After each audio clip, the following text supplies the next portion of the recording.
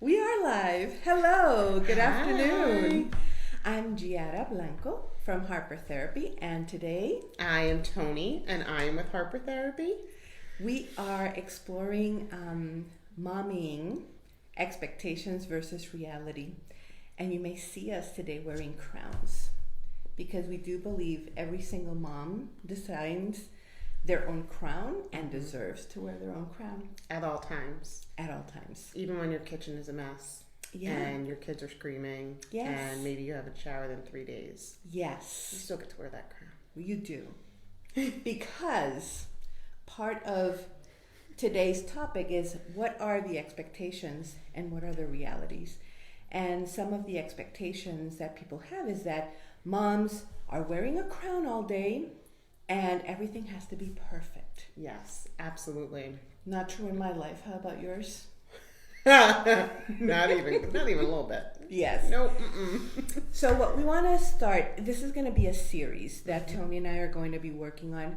And today we want to start with like the initial phases when couples come to session thinking about expanding the family or having their first child. And that decision is a big one. That's a hard decision. I Yeah. see, I'm in a lot of Facebook groups, all the mom Facebook groups, and there's always that question of, do we grow our family? Do we want to start this?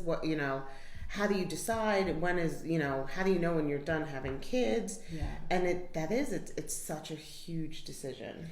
It takes away a lot of energy. It takes a lot of time. And what we want to bring in today are a few tips to talk about with your partner when you are deciding to expand your family or create a family or stop having a family. But today we're at the beginning phases. And one of the first things that we talk with our clients is the importance of defining what family means for each person in the relationship. Understanding the family of origin, where we came from. Big one. It's because it can look so different. I know I talk a lot about my husband whenever I'm on these lives, and he always, hi honey. We came up from two very different backgrounds. I have a huge, big family, big, like always huge holidays. Christmas was huge. Birthday was huge. We were recently just watching like old home videos and birthdays. We had a packed house every birthday. Like it was like 6th birthday, 7th birthday, full house. He had no idea what that was about because they didn't celebrate birthdays like that. So to get with your significant other and say, okay, so down to those little details, like what do you expect birthday parties to look like? What do you expect Christmas to look like? And when we talk about those expectations, understanding that there's not a right or wrong way of doing it. We just have different ways of exploring and expressing our family love. So finding that middle ground is one of our main focus and goals when we work with couples in relationships here, because your way, my way, kind of opens up space for our way. That's a really important thing. Understanding the concept of rubber banding. That is really important. So rubber banding is if you lived in a specific type of a household and you really don't like how you grew up, you tend to rubber band. You know how you pull a rubber band and then you let it go and it goes all the way to the opposite side? That is called, not psychologically speaking, but technically speaking over here, rubber banding, which means you're going to the complete opposite of how you grew up versus maybe your partner who is aligning. My mother is there, hi. Who is aligning with the way in which your family of origin took care of things. So where's the middle ground there? Right, trying to figure that out and navigate that together. And that can get messy, and that's okay. Yeah. It's building a family together is not something where it's like just add water and poof, you have a perfect happy family with these Pinterest-worthy birthday parties and all this stuff. Like it's not. It doesn't. And I think sometimes people don't realize that. You think like, oh, the magic of getting pregnant and it's not as easy as I think Pinterest and movies and TV shows tend to make it look. The expectation and the reality are two different things. Then we go into the process of something that we tell our clients that's a hard pill to swallow. The kids, even though they're adorable and you want to eat them up with kisses sometimes or send them out, I don't know, whatever, they do not come first. Your partnership, your couplehood comes first.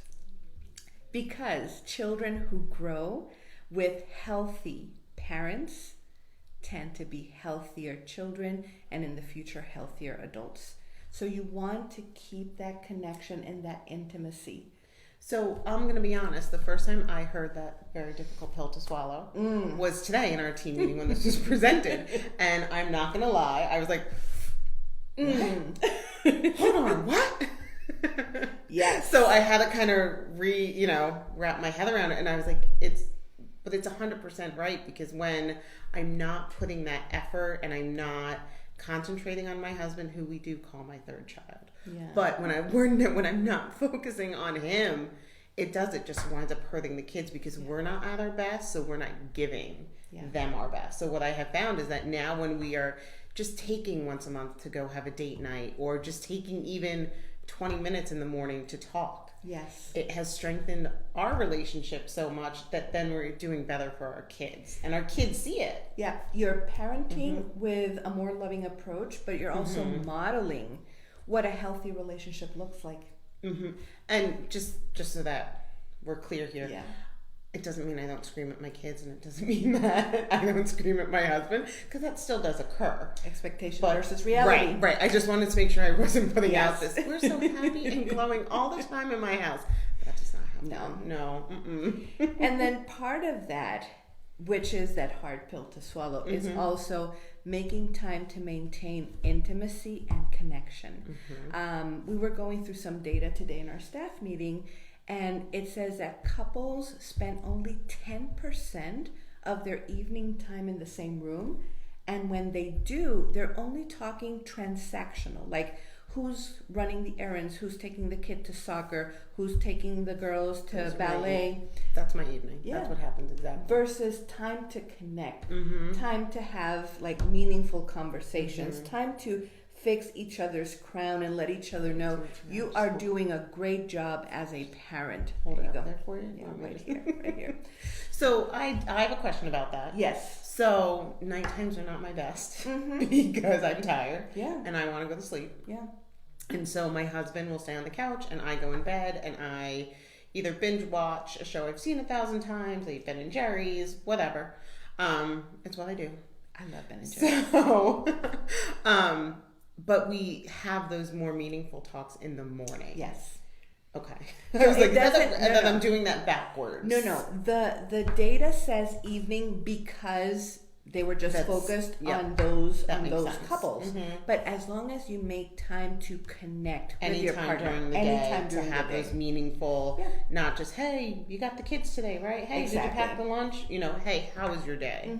Okay. And sometimes having 5 minutes of intentional time, and we use the word intentionality a lot, intentional time to check in with your partner, to give them a hug, that 6-second kiss, that ability of holding hands and letting each other know, hey, I missed you today, I love you, you're important to me. That makes up for maybe the whole day that we're in separate rooms and our work, involved with the children. So, summarizing for today, wearing our crowns is important as parents, especially as moms, because we come up with a world that is full of expectations, but we face all the realities on a daily basis.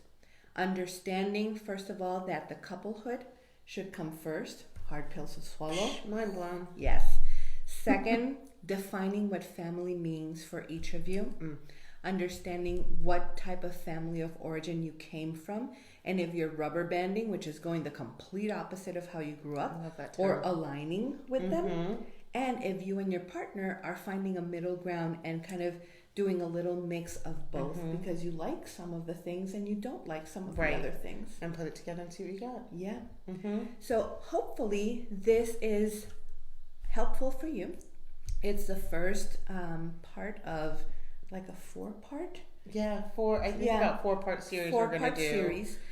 And we are interested in hearing your feedback, but most importantly, we are interested in helping you in your process of either deciding to connect with somebody, expand your family, understand how you can work the expectations and the realities into what you have in your hands right now. There are no right or wrongs in this. No. We always make our mistakes, we get up, we learn, and we move forward for our well-being and our children's well-being, but most importantly, our partner's well-being. Absolutely. Yeah.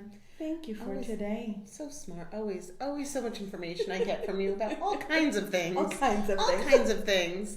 So if you guys are looking for, if you have some questions or you want to, ask about having a session, give us a call, 813-434-3639.